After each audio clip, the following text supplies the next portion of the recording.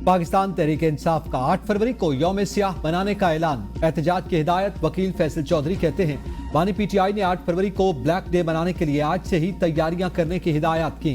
बानी पीटीआई ने पार्टी क़यादत को मौलाना फजलुर रहमान के खिलाफ बयानात से रोक दिया। कहा अफगानिस्तान और केपी में दहशतगर्दी पर हमारा और मौलाना का एक ही मौक़िफ़ है। शेख वक़ास अकरम अली अमीन की नहीं पार्टी की तर्जुमानी करे।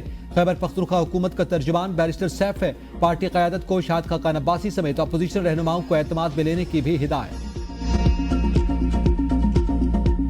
चीफ मिनिस्टर बनने का ये मतलब नहीं होता कि इंसान बादशाह बन गया है। मैं आपको सबको जवाब दूं। ये नारे के गिराव कर दो, जलाओ कर दो, सर तोड़ दो, आंखें फोड़ दो, डंडे मारो, कीलों वाले पेट्रोल बॉम्ब्स उठा लो, ये कौन करता है? हमें चोर कहने वाले ने तोशाखाना से चोरी करके बनीगाला में जमीन खरीदी। अब जब जवाब मांगा जा रहा है तो हीले बहाने कर रहे हैं। अगर आप सच्चे हैं तो अपनी बेगुनाही का सबूत दें। सवाल यह है कि 190 मिलियन पाउंड कहां गए? जवाब दो और घर चले जाओ। वज़ीर आला पंजाब मरीम नवाज का सियालकोट में तकरीब से खिताब। कहा इनके अपने बच्चे ऐशो आराम में हैं। लोगों के बच्चों को उकसाया, मुल्क में तोड़ फोड़ कराई। आज वो बच्चे जेलों में हैं, ये उनको पूछते तक नहीं। हमने कभी ये दर्स नहीं दिया मुल्क में आग लगा दो, तोड़ फोड़ करके। क्या कोई कौम अपने सिक्योरिटी इदारों से ऐसा सलूक करती है? आपकी हिफाजत के लिए सिक्योरिटी एहलकार फ्रंट लाइन पर होते हैं। पुलिस वालों को कील वाले डंडों से मारा गया, डंडों पर फौजी वर्दी लड़ाई गई। आजकल बहुत से नौजवानों के ठेकेदार बने हुए हैं। ये उन्हें तशद्दुद का दर्स देते हैं।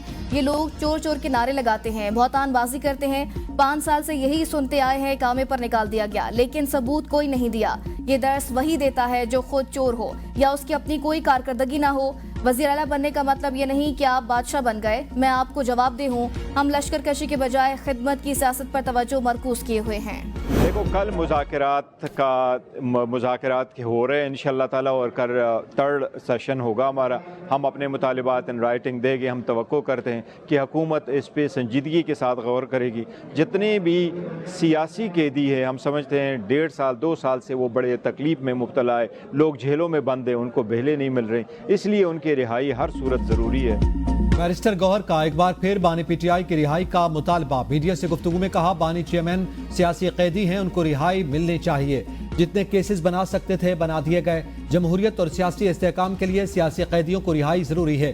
कल मुज़ाकरात की 3री नशिस्त में हुकूमत को मुतालबात तहरीरी तौर पर देंगे। उम्मीद है मुज़ाकरात का अमल जल्द मुकम्मल होगा और कोई खुशखबरी आएगी।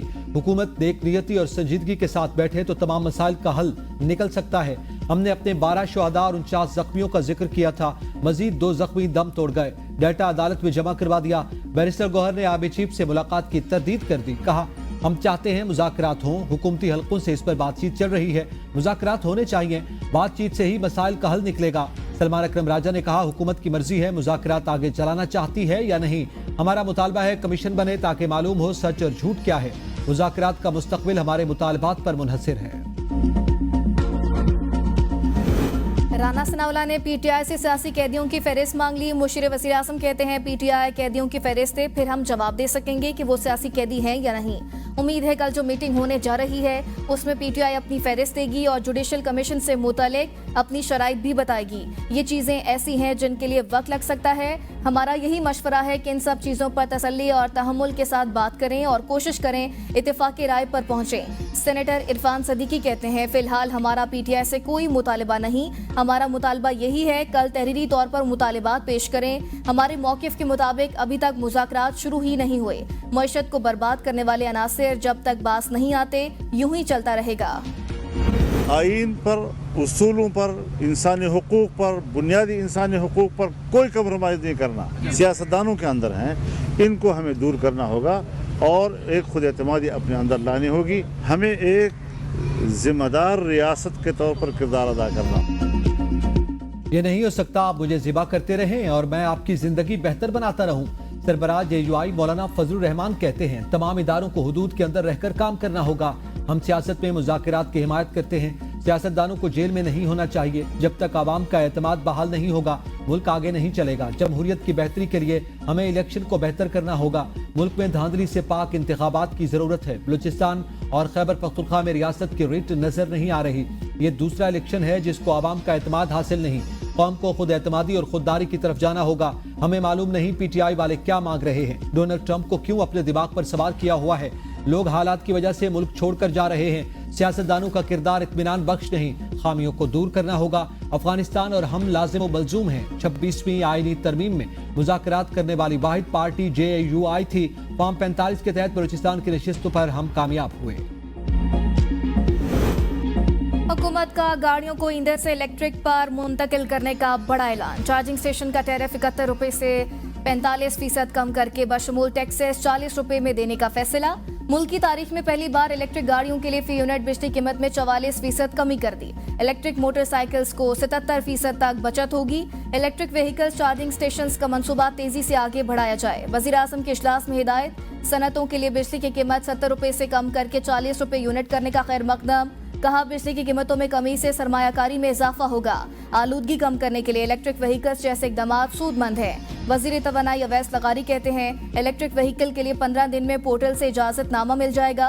बिजली की कीमत 71 रुपए से कम करके 39 रुपए पर लाई जा रही है। इस साल गर्दशी कर्जे में 12 अरब की कमी की गई। तमाम इंडस्ट्रियल स्टेट्स बशमूल स्पेशल इकोनॉमिक जोन सबको एक ही जगह पर बिजली मिलेगी।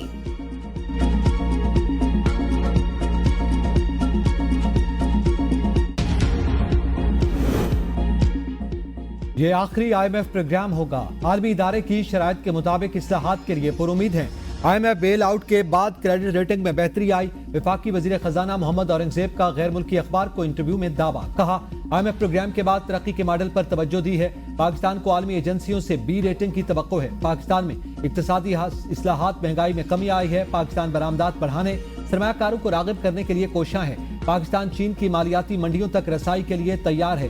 पाकिस्तान युआन बॉन्ड मार्केट तक रसाई हासिल करेगा। पाकिस्तान चीनी मुश्तरका मंसूबे की लिस्टिंग के लिए पुरुमीद है। पाकिस्तान में चीनी शहरियों के लिए सिक्योरिटी इक़दामात जारी हैं। चीनी शहरियों समेत तमाम गैर मुल्कियों की सिक्योरिटी अहमियत की हामिल है।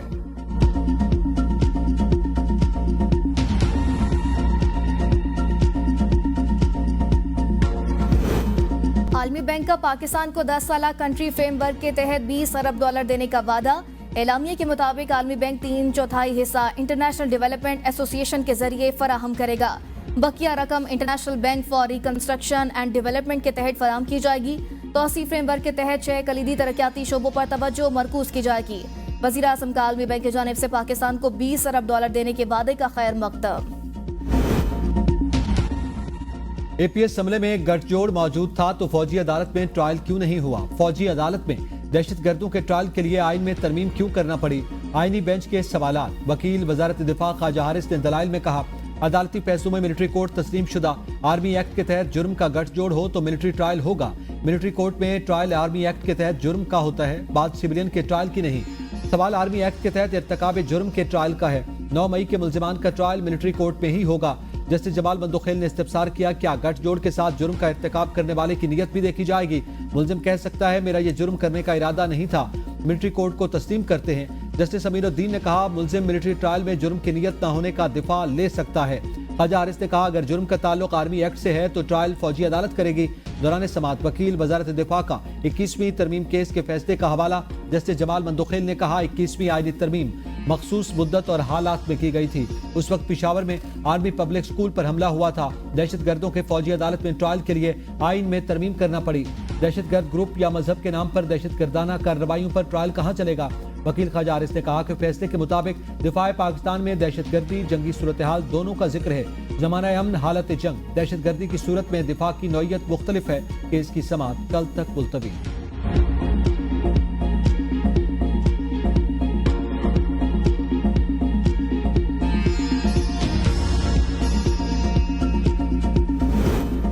कोर्ट में दौरान समाअत रजा रबानी के सेनेट में बहाए गए आंसुओं का तस्करा। जस्टिस हसन अजहर ने कहा, सेनेट के साबिक चेयरमैन 21वीं तरमीम में वोट देकर रोए भी थे।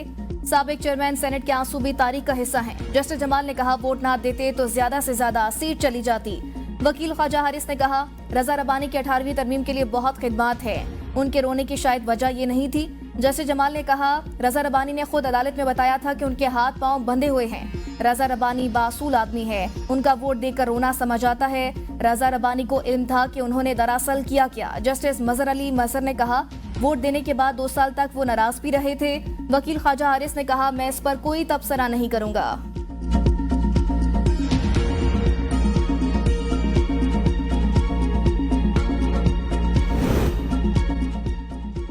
पीटीआई सिकंदर सुल्तान राजा की जगह नए चीफ इलेक्शन कमिश्नर और अरकान की तकर्री के लिए सरगर्म। ऑपोजिशन लीडर उमर अयूब की स्पीकर कौमी असम्बली से चीफ इलेक्शन कमिश्नर की तकर्री के लिए पार्लिमानी कमेटी तश्कील देने की दरखास्त। उमर अयूब ने स्पीकर कौमी असम्बली अयाज सादिक को और सेनेटर शिबली फराज ने चेयरमैन सेनेट को खतूत लिख दिए। खत में लिखा, आर्टिकल 215 के तहत चीफ इलेक्शन कमिश्नर की मुद्दत 26 जनवरी को खत्म होगी। आर्टिकल 213 के तहत आईनी तकाजा पूरा करने के लिए पार्लिमानी कमेटी तश्कील दी जाए ताकि नए चीफ इलेक्शन कमिश्नर की तकर्री पर मुशावरत की जा सके। इंटरनेट का मसला स्पेक्ट्रम पर दबाव की वजह से हुआ। स्पेक्ट्रम बढ़ेगा तो इंटरनेट स्पीड बेहतर होगी। वजीर मुमलिकत शीजा फातिमा का सेनेट इजलास में इज़हार ख्याल। कहा, पाकिस्तान में सबमरीन की 8 केबल्स आती हैं, उनमें से एक डेड है। 2 नई केबल्स आ रही हैं जिससे इंटरनेट में बेहतरी नजर आएगी। वजीर कानून आसिम नजीर आर ने कहा, रियासती मिल्कियती इदारों का सालाना खसारा सैकड़ों अरब है। जो मुलाजमीन सर्विसेज की मयाद पूरी कर चुके उनको कबल अज़ वक्त रिटायरमेंट देंगे। जिनकी मुद्दत 7 साल तक रहती है उनको भी पैकेजेस दे रहे हैं। बाकियों के लिए सरप्लस पोल की ऑप्शन रखी है। राइट साइजिंग में ये नियत नहीं कि लोगों को बेरोजगार किया जाए।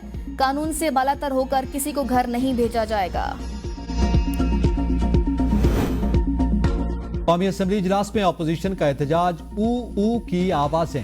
अपोजिशन अरकान की नारेबाजी। ऐवान मछली मंडी बन गया। अपोजिशन की बानी पीटीआई की रिहाई के लिए भी नारेबाजी। अपोजिशन का ऐवान से वॉकआउट।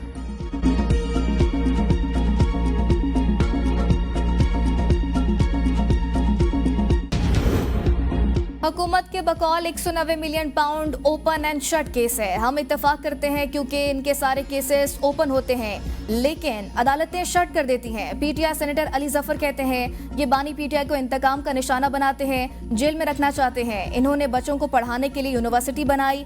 ऐसे केस में सजा देकर बानी पीटीआई को नुकसान नहीं पहुंचाया जा सकता। सेनेट से इज़हार ख्याल में कहा, पहली मर्तबा हो रहा है कि मुलजिम सजा सुनाने का मुतालबा कर रहा है और केस बनाने वाले छुप रहे हैं। अली मोहम्मद खान ने कहा, इस वक्त एनआरओ हुकूमत और एस्टेब्लिशमेंट मांग रही है। इनको एनआरओ चाहिए और एनआरओ एक ही शख्स दे सकता है, वो है बानी चेयरमैन पीटीआई। मुल्क में आईन और कानून की हुक्मरानी नहीं।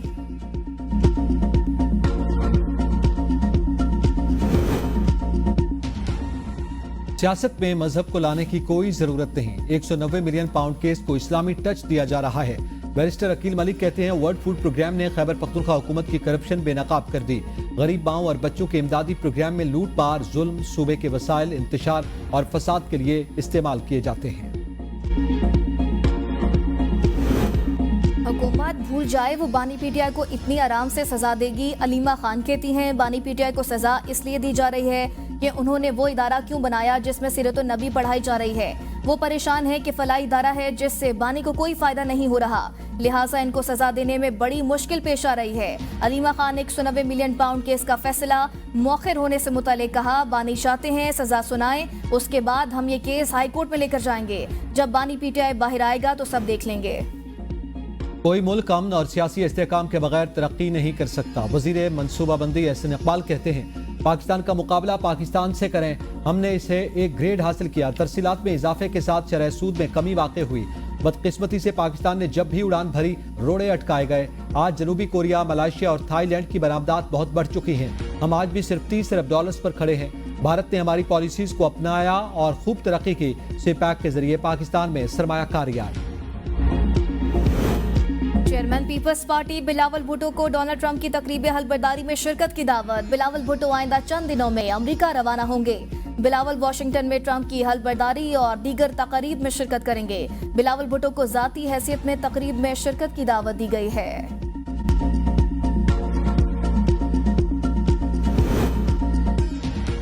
मुस्लिम नून आजाद कश्मीर में इत्तेहादी हुकूमत का हिस्सा रहेगी या नहीं, फैसला नवाज शरीफ करेंगे। पार्टी वफ्द की वज़ीर आज़म शहबाज शरीफ से मुलाकात। शहबाज शरीफ ने आइंदा इलेक्शन के लिए भरपूर तैयारियों के साथ मैदान में उतरने की हिदायत कर दी। वज़ीर आज़म का जल्द दोबारा इजलास बुलाने का इंदिया। लीगी वज़रा ने वज़ीर आज़म को खत लिखकर मुतालबा किया था कि आज़ाद कश्मीर हुकूमत से मुताल्लिक कोई भी फैसला करने से पहले हमें सुनने का मौका दिया जाए। वज़ीर आला ने गुजरांवाला डिवीजन के लिए होनहार स्कॉलरशिप प्रोग्राम लॉन्च कर दिया। चेक तकसीम। गुजरांवाला डिवीजन के 1947 तलबा को 8 करोड़ 98 लाख के स्कॉलरशिप मिलेंगे। मयारी निजी इदारों के 112 तलबा और मेडिकल कॉलेज के 78 तलबा को स्कॉलरशिप्स मिलेंगे। वज़ीर आला मरियम नवाज ने होनहार स्कॉलरशिप के चेक तकसीम किए। वज़ीर आला तलबा में घुल मिल गईं। तलबा के साथ सेल्फी और तस्वीर बनवाईं। अलीना और नायाब फातिमा के तालीमी दास्तान सुनाने पर रिक्कत आमेज मनासिर। वज़ीर आला पंजाब ने बच्ची को गले लगाया। वालिदा के इलाज की जिम्मेदारी उठाने का ऐलान किया। खैबर पख्तूनख्वा में बेनज़ीर नशोनुमा प्रोग्राम में बड़े पैमाने पर माली गबन और घूस मुलाजमीन का इंकशाफ। वर्ल्ड फूड प्रोग्राम ने खैबर पख्तूनख्वा में प्रोग्राम पर काम रोक दिया। माली बेज़ाब्तगियों, घूस मुलाजमीन के मामले पर भी सूबाई हुकूमत पर सवालात उठा दिए। वज़ीर इत्तलात पंजाब असम बुखारी ने कहा, करप्शन के खिलाफ जिहाद करने का ऐलान करने वाले अली अमीन की नाक के नीचे से 799 मिलियन गायब हो गए। इससे कबल मसाजिद के आइमा किराम के नाम पर 70 करोड़ के फंड्स गायब कर दिए गए। ये तमाम पैसा सोशल मीडिया पर मुल्की इदारों के खिलाफ मुहिम चलाने वाले ब्रिगेड को दिए गए। विफाक के दिए फंड्स पश्तूनों के बजाय फौज मुखालिफ प्रोपेगेंडे करने वाले को बांटे जा रहे हैं।